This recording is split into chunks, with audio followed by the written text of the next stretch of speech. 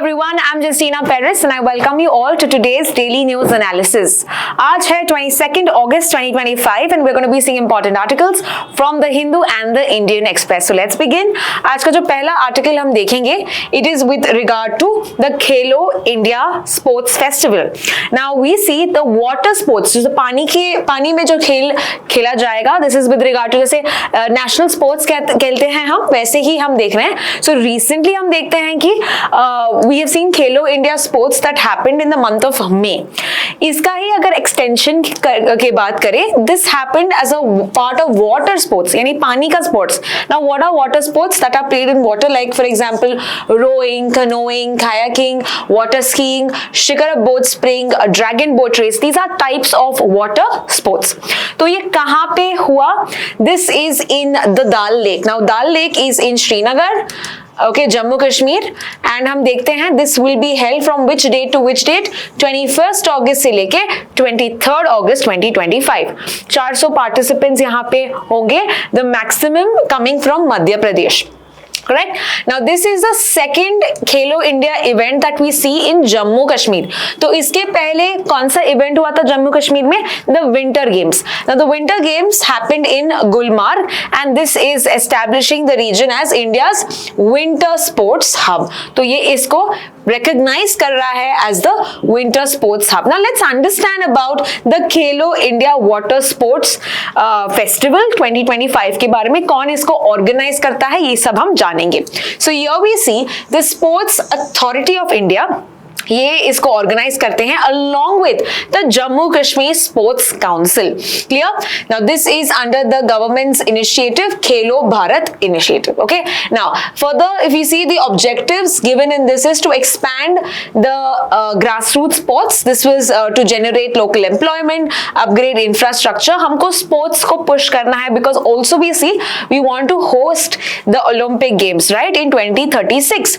तो 2036 में we want to be like pioneers in sports. We want to excel in this particular sector. तो इसके लिए हम national sports को ज़्यादा यहाँ पे encourage कर रहे हैं, and especially grassroots sports at the lower level पे. Now this event that we see is the first consolidated open age championship. यहाँ पे 10 rowing events, kayaking events और सब होंगे. यहाँ पे We also see India's first jury member in Olympics in 2025. कौन होंगे ये? This is Bilkis Mir. So note down this information. Bilkis Mir is the first jury event, जो jury member होते हैं ना Olympics में, तो that was in 2025 Bilkis Mir. Okay. Now Khelo India के बारे में देखते हैं, ये प्रोग्राम क्या है. So this particular winter the water sports event जो था, ये खेलो भारत इनिशिएटिव के अंदर था, खेलो इंडिया इनिशिएटिव के अंदर. What is Khelo India initiative? ये ऑर्गेनाइज हुआ था 2017 में. ठीक है. Now 2017 में we see that it began starting as school games. Okay, so बच्चों के लिए स्कूल गेम्स 2018 में. Then we saw it was joined by the Indian Olympics Association. Indian Olympic Association ने ज्वाइन किया था 2018 में, और उन्होंने फिर नेम ही चेंज किया to Khelo India youth games. ठीक है. And the first such edition happened in Pune in 2019. We also saw इस साल the beach games, Khelo India beach games took place in Diu in May 2025. Now you have to tell me in the comment section the 7th Khelo India Youth Games 2025 ये कहाँ पे हुआ? This also happened in the month of May. तो ये कौन से state of India में इन्होंने organize किया था? The 7th Khelo India Youth Games. So you can expect such questions also in your exam. Let's now proceed to the next article. हमारा next article है is with regard to the National Tiger Conservation Authority. Now this has headline देखते हैं, it is limiting the tiger corridor to minimal requirement and multiple projects will benefit from this. What do you understand by this? Let us understand everything about it. We'll also understand कि NTCA होता क्या है. तो NTCA ने अभी क्या किया है? इन्होंने restrict किया है tiger corridors. Now tiger corridors is like the link between two forest regions. Okay, two forest regions या two reserve forest को जो connect करता है, राइट, उसको बोलते हैं टाइगर कॉरिडोर. तो इन्होंने रिस्ट्रिक्ट किया है to how much? To 32 least cost pathway. 32 least cost pathway. Now what are tiger corridors के बारे में यहाँ पे दिया है, they are the natural linkages between tiger habitats, यानी कि दो टाइगर रिजर्व्स के बीच में जो लिंक है इसको बोलते हैं टाइगर कॉरिडोर। तो ये मूवमेंट अलाउ करता है along forest, they also maintain genetic diversity because यहाँ पे क्या है, they are breeding with the other tigers as well, right. तो ये जेनेटिक डाइवर्सिटी भी मेंटेन करता है so that they don't only breed among themselves, right. Apart from that this will also reduce human wildlife conflict because ये जो बहुत secured है, they allow the tigers to move from one place to another, which will also not hamper the human interactions that we can talk about. Further, this will also ensure long-term survival of tiger population because we can easily move. And under the Wildlife Protection Act of 1972, यहाँ पे हम देखते हैं कि तुमको यहाँ पे projects बनाना allowed नहीं है, तुमको यहाँ पे अगर बनाना भी है तो तुमको एक special clearance चाहिए होता है from the National Board for Wildlife. Can you tell me who is the chair of the National Board for Wildlife? Okay, ये आपको आंसर बताना है कमेंट सेक्शन में। So according to the Wildlife Protection Act of 1972, if at all you want to create any projects, any industries, तुमको कुछ setup करना है near the tiger corridors, you need to have permission from this particular board called the National Board for Wildlife. Now we will see what is the change here, मतलब इससे क्या है, इससे क्या हुआ है। So NTCA ने जुलाई में यानी कि पिछले महीने ये एक एफिडेविट दिया था to the Bombay High Court saying that you have to refer to all of this when you are talking about tiger corridors. अगर तुम least cost pathway की बात कर रहे हो, जो tiger corridors की बात कर रहे हो, you need to take data, you need to study the data and only then take an issue. So कौन से तुमको data लेना पड़ेगा, protected areas कितने हैं, least cost pathway that is of the report 2014, conservation plans, Wildlife Institute of India, All India Tiger Estimation data, all this data you need to go through, monitor करके ही तुम यहाँ पे data दे सकते हो।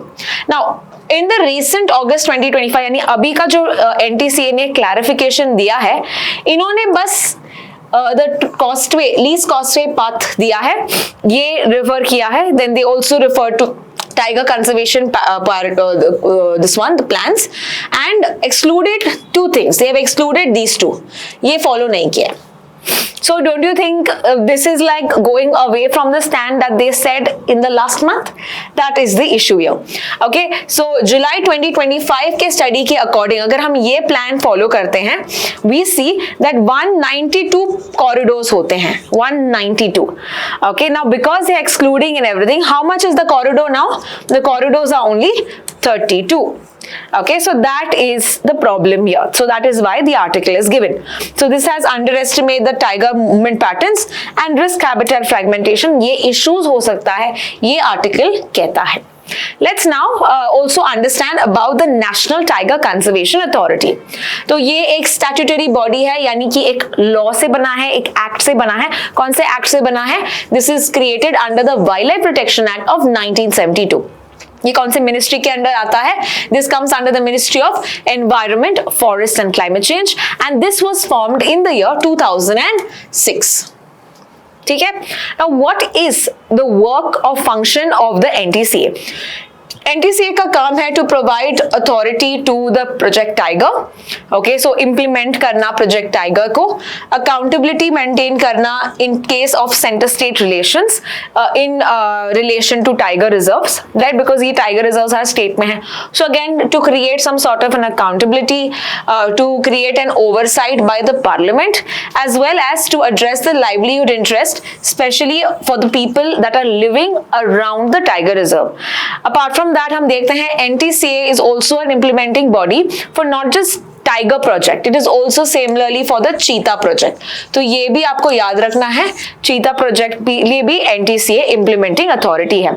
NTCA का composition कौन है, यानी कि उसके चेयर कौन है?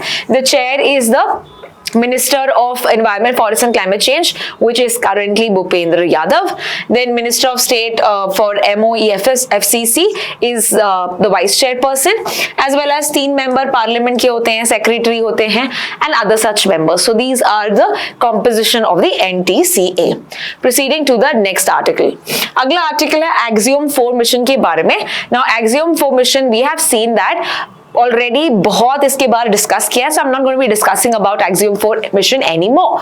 But what is today's article talking about? Article कह रहा है कि एक 400 पेज का डॉक्यूमेंट बना है, okay, and this talks about a detailed experience of group captain Shubhanshu Shukla, okay, of the Axiom mission. उनका जो ट्रेनिंग है, how did he feel, everything is mentioned in this 4,000 page document.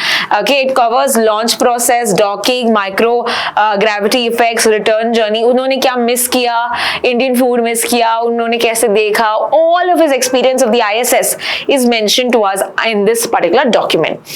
So this is also telling us about the Axiom 4 mission. And यहाँ पे हमारे जो इसरो के chairman हैं, जो कौन है, इनका नाम क्या है, वी नारायणन, ये कहते हैं कि इससे हमारे जो फ्यूचर मिशंस है, this will also, we will benefit from this experience, we will benefit from the future mission, specially in the Gaganyaan programme. Now, यहाँ पे याद रखना है आपको, apart from group captain Shubhanshu Shukla, there was also another backup in the Axiom mission. So Axiom mission के लिए backup थे प्रशांत नायर, ठीक है, प्रशांत नायर. तो along with Shubhanshu Shukla, he also underwent the training for the same, कि अगर मान लो Shubhanshu Shukla couldn't make it, then Prashant Nair would have been sent. And Prashant Nair is also part of the Gaganyaan program along with Shubhanshu Shukla, but this time Shubhanshu Shukla is the backup for the Gaganyaan program. ठीक है, so we see Prashant Nair, there's also Ajit, Angad Pratap and Ajit Nair. These are also part of this particular program. ठीक है, so यहाँ पे आपको याद रखना है, facts हमने already cover किया है. I'm going to ask you 2 questions. Recently Shubhanshu Shukla met with PM Modi. What gift did he bring for him? ये आपको मुझे कमेंट सेक्शन में बताना है. I've already covered this in my last video. Apart from that, tell me the mission dates of the Axiom mission. Axiom mission कितने दिन से कितने दिन तक था? I also tell you why I'm asking this question, because it is so कि इसरो ने we know that Axiom mission 2-3 बार क्या हुआ, extend हुआ. It was not on the date that it was decided. So जब वो extend होने का कारण हमने देखा भी था कि there was with regard to the oxygen का एक leak था, all of that we saw. Now it is said कि ISRO had already told them कि ऐसा कुछ leak है, but उन्होंने careless किया था. That is in the SpaceX mission. They did not pay attention. They did not pay heed to it. But finally, when ISRO was insisting कि no, you have to look, then they actually delayed the flight. So all of this was also mentioned in today's article, where of course from the point of view exam, we have some facts that are already covered for you. Let's proceed to the next article then. The next article is with regard to why environmentalists have criticized Haryana's government, Haryana government's definition of forest. तो ये Indian express में article है, तो जल्दी से पहले देखते हैं what do you mean by a forest? Okay, so when you see the Forest Conservation Act of 1980, FCA कहते हैं, it is saying कि अगर तुम डी रिजर्व या डिवाइड करते हो फॉरेस्ट को, you need to ask the approval of somebody. Who is that? With the union government approval. Our next article is with regard to why environmentalists have criticized Haryana government's definition of forest. Now इसके लिए let us understand about forest. Let's understand a little background. Okay, now what are the different laws, acts talking about it? तो पहला act है Forest Conservation Act of 1980. According to this act, अगर तुम D reserve करते हो, अगर तुम divide करते हो फॉरेस्ट को, तुम ये गवर्नमेंट की अप्रूवल के बिना नहीं कर सकते. Okay, if you are dereserving a forest और if you are creating a division in the forest, you have to take the approval of the government. Now Godda Burman case. Now Godda Burman case important है because इसने define किया था what do you mean by forest. So in this Supreme Court ने define किया था कि it is in the dictionary sense that जो forest के characteristics है, okay, it is regardless कि what is the ownership or what is, depending on private owned है, government owned है, does not matter, या किसी ने notify किया, no, does not matter, वो फॉरेस्ट में कवर होता है. So any area with forest characteristics, regardless कि वो गवर्नमेंट ओन्ड है, प्राइवेट ओन्ड है, कुछ भी हो, वो फॉरेस्ट के डेफिनेशन में आता है ना. इसको अमेंड किया था बाय द 2023 FCA अमेंडमेंट था, ये एक्ट को अमेंड किया था फॉरेस्ट कंजर्वेशन एक्ट को, और उन्होंने बोला नहीं नहीं नहीं, only if it is government recorded और notified, only that will be defined as forest.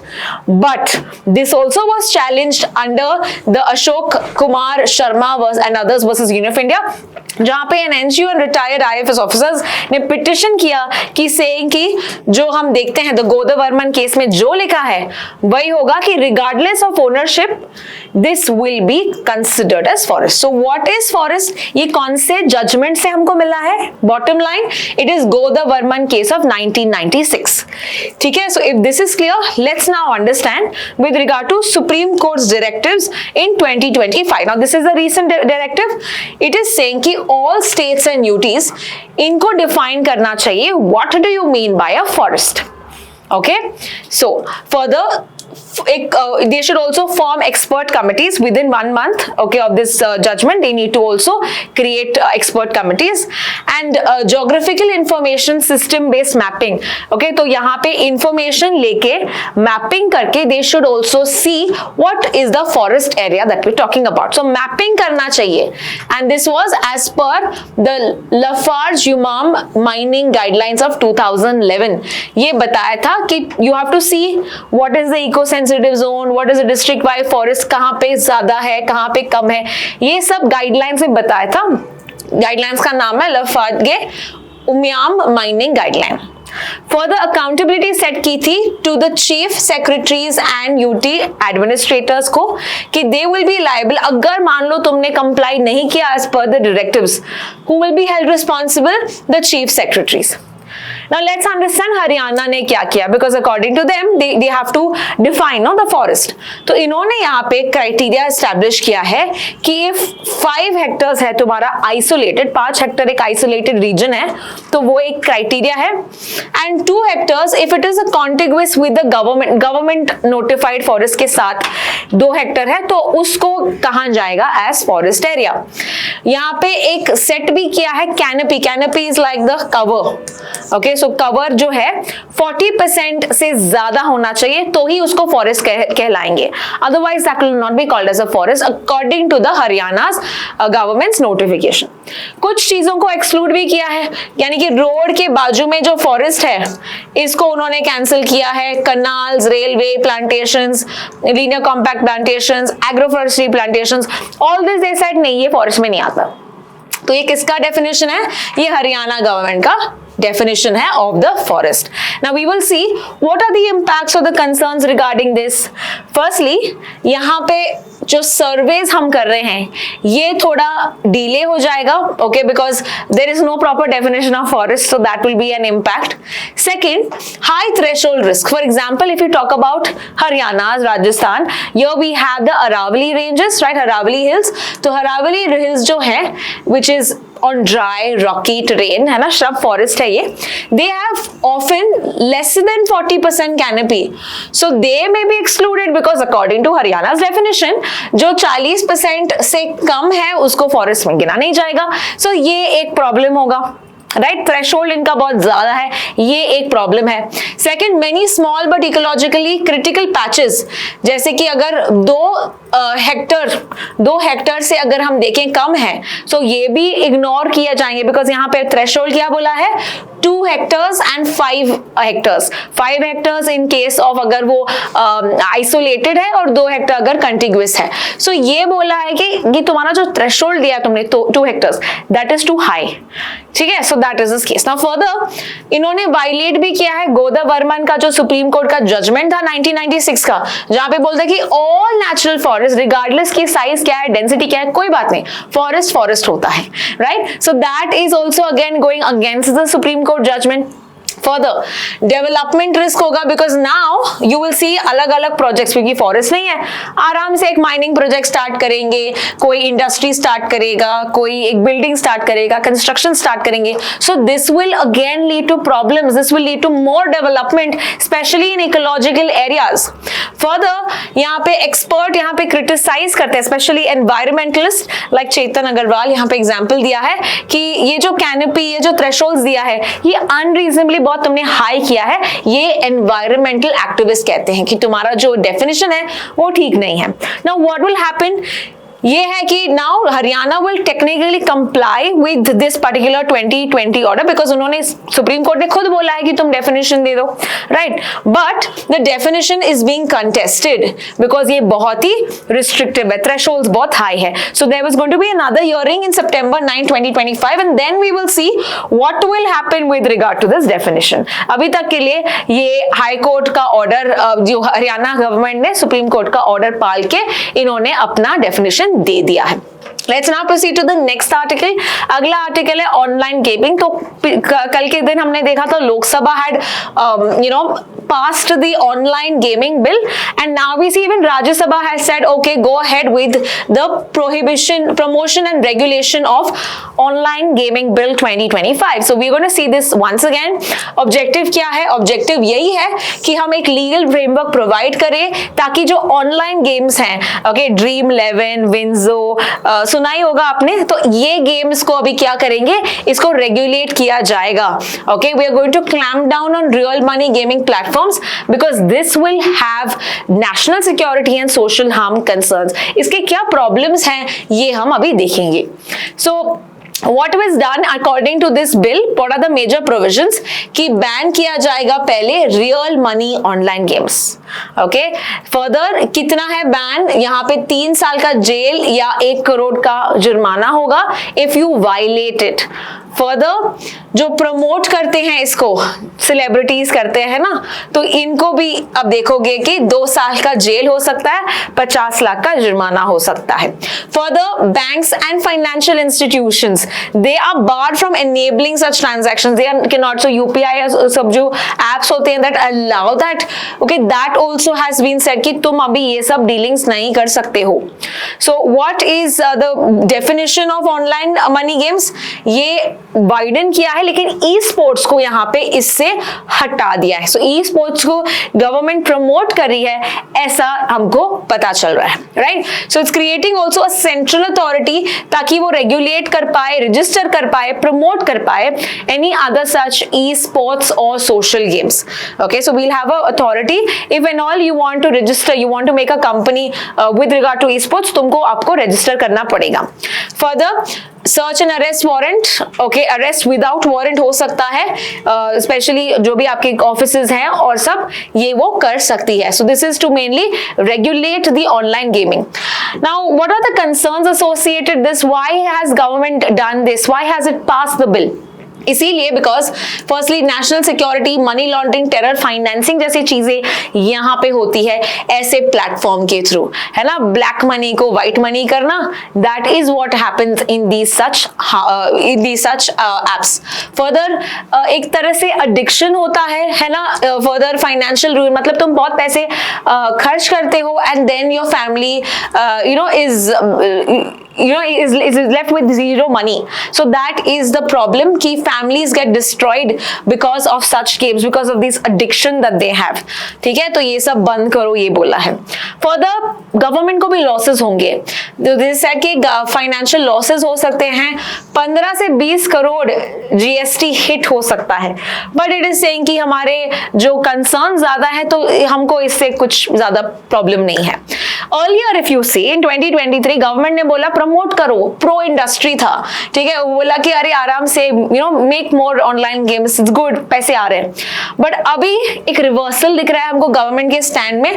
पहले था प्रमोशन, अभी देख रहे हैं हम प्रोहिबिशन, राइट. सो इससे इम्पैक्ट क्या है? इम्पैक्ट अगर हम देखें, अलग अलग स्टैंड देखें, as we said कि ये मार्केट बहुत ज्यादा है, 9 billion market by 2029 it is promising 2 lakh. So again this data is not important, just to show you कि इतना इकोनॉमिक इम्पैक्ट हम देख रहे हैं कि इतना ये कंट्रीब्यूट कर सकता है इकोनॉमी को. सो इंडस्ट्री का क्या रिस्पॉन्स है? बहुत सारे इंडस्ट्रीज यहाँ पे अपोज कर रहे हैं कि ये बैन मत करो ऑनलाइन गेमिंग का, because it's a legitimate industry which is also happening abroad as well, जिसके कारण हम देखते हैं where they will use other sources. अगर यहां से नहीं तो दूसरे सोर्सेस का इस्तेमाल करेंगे, है ना. तो ये कह रहे हैं कि you don't ban this, blanket ban मत करो.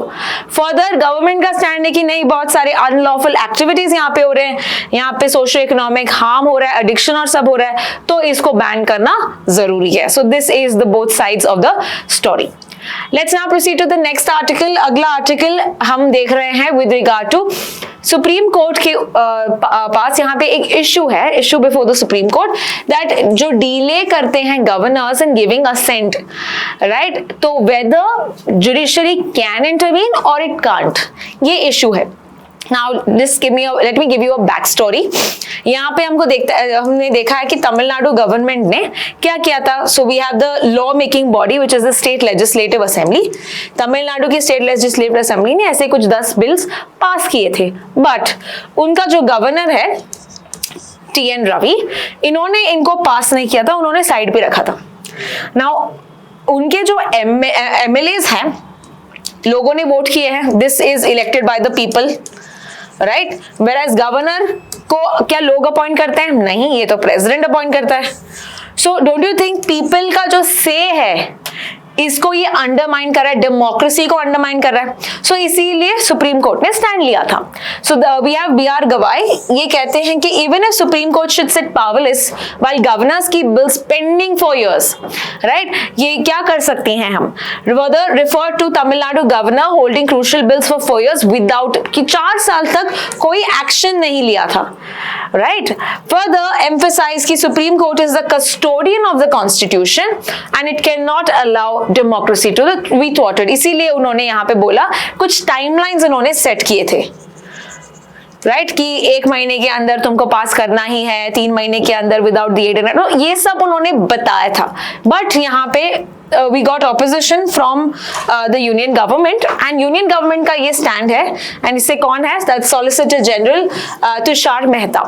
He is saying कि यहाँ पे जो time limit impose किया था by the Supreme Court, ये encourage कर रहा है on the law making। असल में अगर तुम timelines या guidelines देना पड़ता है, that will be done by the lawmakers, that is the parliament। Supreme Court का काम क्या है? Is it law making? No। Then why are you doing it? ये union government का stand है। फर्दर ये कह रहे हैं कि द इनएक्शन जो है it is seen as in the political sphere, not in the judiciary, यानी ये जुडिशरी को नहीं देखना चाहिए, इसमें इंटरवीन नहीं करना चाहिए। इनफैक्ट प्रेसिडेंट और गवर्नर्स के पास स्यू जेनरिस का मतलब है with regard to some one of its kind, unique, okay, इनके पास कुछ यूनिक कॉन्स्टिट्यूशनल पावर्स है and they are not bound by time, because constitution में ऐसा टाइम लिया ही नहीं है, तो आप यहाँ पे ये नहीं कर सकते। So you can not micro manage government and separation of powers. तुम्हारा काम है लॉज को देखना है, अपहोल्ड करना है, yes, but not law making आपका काम नहीं है। So that is the union government या solicitor general Tushar Mehta's view point. Let's proceed to the next article. अगला article है silence will only embolden the bully. Now this is said by the Chinese ambassador to India, Xu Fenghong. Okay, now let's understand why are we discussing this also, some important facts. तो Chinese ambassador to India जिनका नाम है Xu Fenghong, ये कहता है कि China जो है एक स्टैंड लेगी with India to uphold WTO। ना why do you think China is being good friends with India now? Okay, हमने always देखा है कि China India okay not that great, but why so? Why now to be कि हम इतने अच्छे friends हैं? That's because US जो है चाइना पे भी टैरिफ्स लगाए, there was a trade war between US and China. On the other hand, we also see US ने भी 50% टैरिफ लगाए थे इंडिया के गुड्स पे, 25% penalty tariffs because we were also importing Russian oil. तो हम देखते हैं कि इसकी वजह से China is siding with India against USA। Okay, so it is saying कि हम तुमको सपोर्ट करेंगे। उन्होंने यूएस को एक बुली कहा है कि वो डिसरप्ट करता है multilateral system with tariff wars, ये टैरिफ वॉर क्रिएट कर रहा है यूएस, ये चाइना का स्टैंड है। So China is siding with India against USA. Now ये इंपॉर्टेंट कॉन्टेक्स्ट है कि अभी SCO समिट होगा। SCO समिट क्या है? Shanghai cooperation organisation. तो ये जो समिट है सितंबर 1 में होगा तियानजिन में, and that was the host this year is China. तो ये चाइना में है Tianjin, and we see that हमारे जो प्राइम मिनिस्टर है Narendra Modi, he will be attending this SCO summit. Very very important because ये 25th समिट है Okay, we've already discussed this. 25th summit है, 2025 में हो रहा है ये. So that is why this can be asked in the exam. Okay, so keep a check with regard to what will happen in this particular summit. Apart from Modi ji, we also have Vladimir Putin, lot of Central Asian, Pakistan, Iran, Belarus. ये leaders भी participate करेंगे. आपका यहाँ पे एक question है कि SCO का headquarters क्या है, ये आप मुझे comment section से में बता दीजिएगा. Proceeding to that, China India के relations की बात करें, we see that they have improved especially during Kazan 2024 में summit. Kazan में क्या हुआ था? We had the BRICS summit last year. BRICS का summit last year, that is 2024 में हुआ था. That is where is Kazan? Kazan is in Russia. But इस साल का जो समिट है ब्रिक्स का 2025 में, that is happening in Brazil. That happened in Brazil. Okay, so ये आपको याद रखना. So back then they had a meeting with the counterpart of China. यहाँ पे वी ऑल्सो सी वीजाज बहुत इशू किए हैं, बहुत एंगेजमेंट हुआ है. जो कैलाश मानसरोवर यात्रा है ये भी रीओपन किया है. ट्रेड की बात करें, they have cross to 75 billion. So we see a positive change in China India relations. Further border management को लेके जो NSA है, national security adviser Ajit Doval, and China का जो फाइनेंस मिनिस्टर है that's Wang E.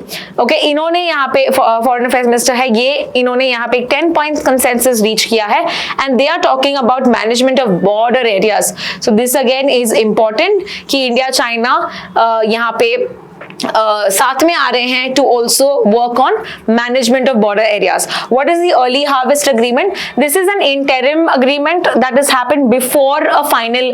Free trade agreement के पहले जो इंटरिम अग्रीमेंट होता है वो होता है अर्ली हार्वेस्ट अग्रीमेंट. तो ये भी ये वर्क कर रहे हैं and they are cooperating among each other.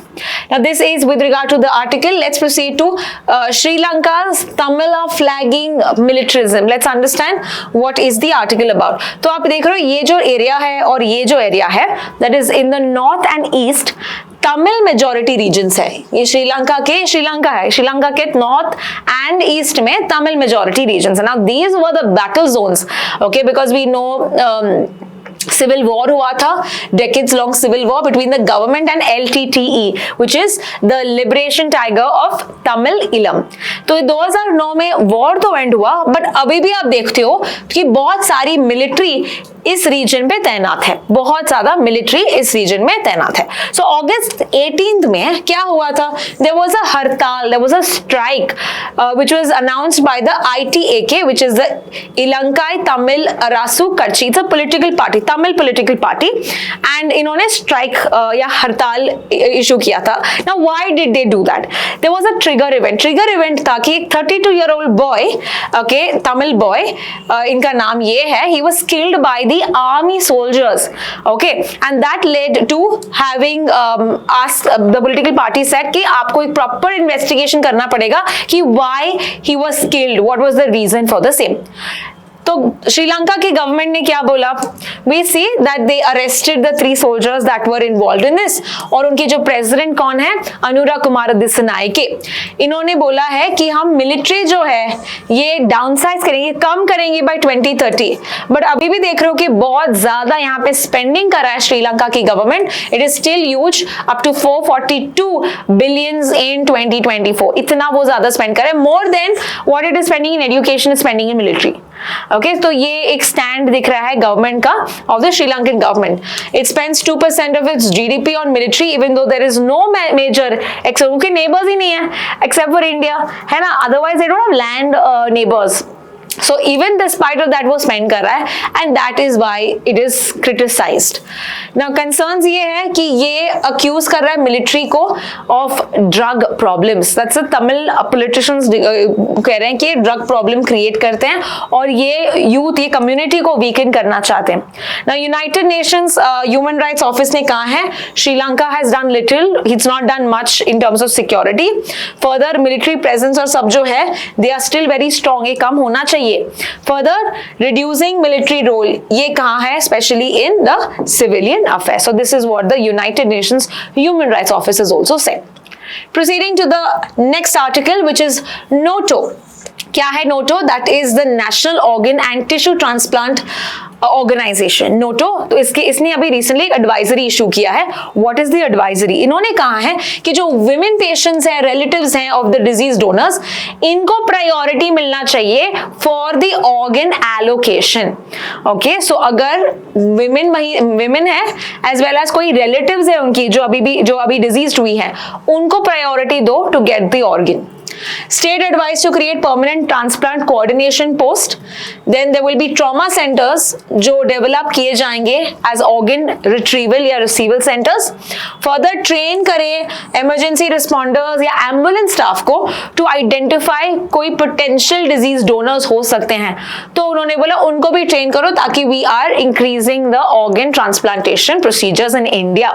So further let us see why is India saying women को क्यों इतना organs देना चाहिए। Okay, all the male watching in this video will be questioning कि why females should get more organs. Let us understand what is the data for the same. तो यहाँ पे हम देखते हैं gender disparity in organ donation. हम देखते हैं कि 63% of the donors are women. Okay, 63 मतलब अगर 56,000 ऐसे पेशेंट्स हैं, 36 are done by women only. The other donors, but कौन इनको रिसीव करता है? 69% are men who receive it, organ recipients.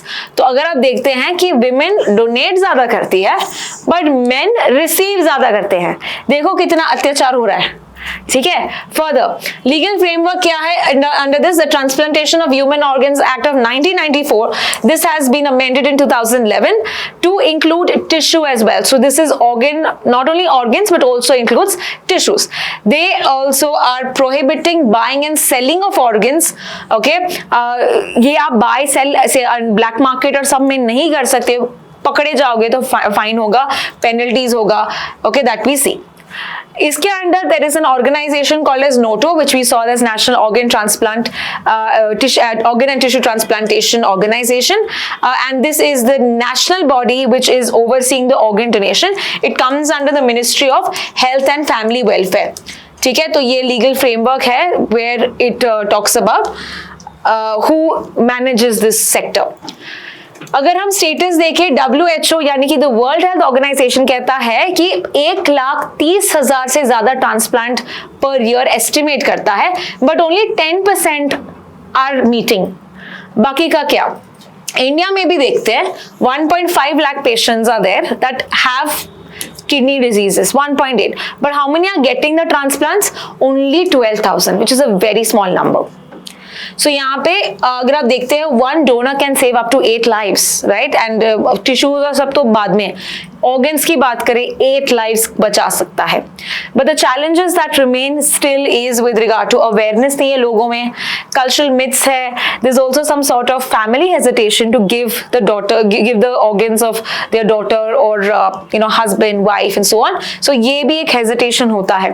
Further modern techniques नहीं है, awareness gap limits हैं, जिसके कारण this is led to limited organ transplantation. So this is with regard to the organ transplantation, and this is all with regard to today's discussion of the Daily News Analysis. Thank you so much for watching.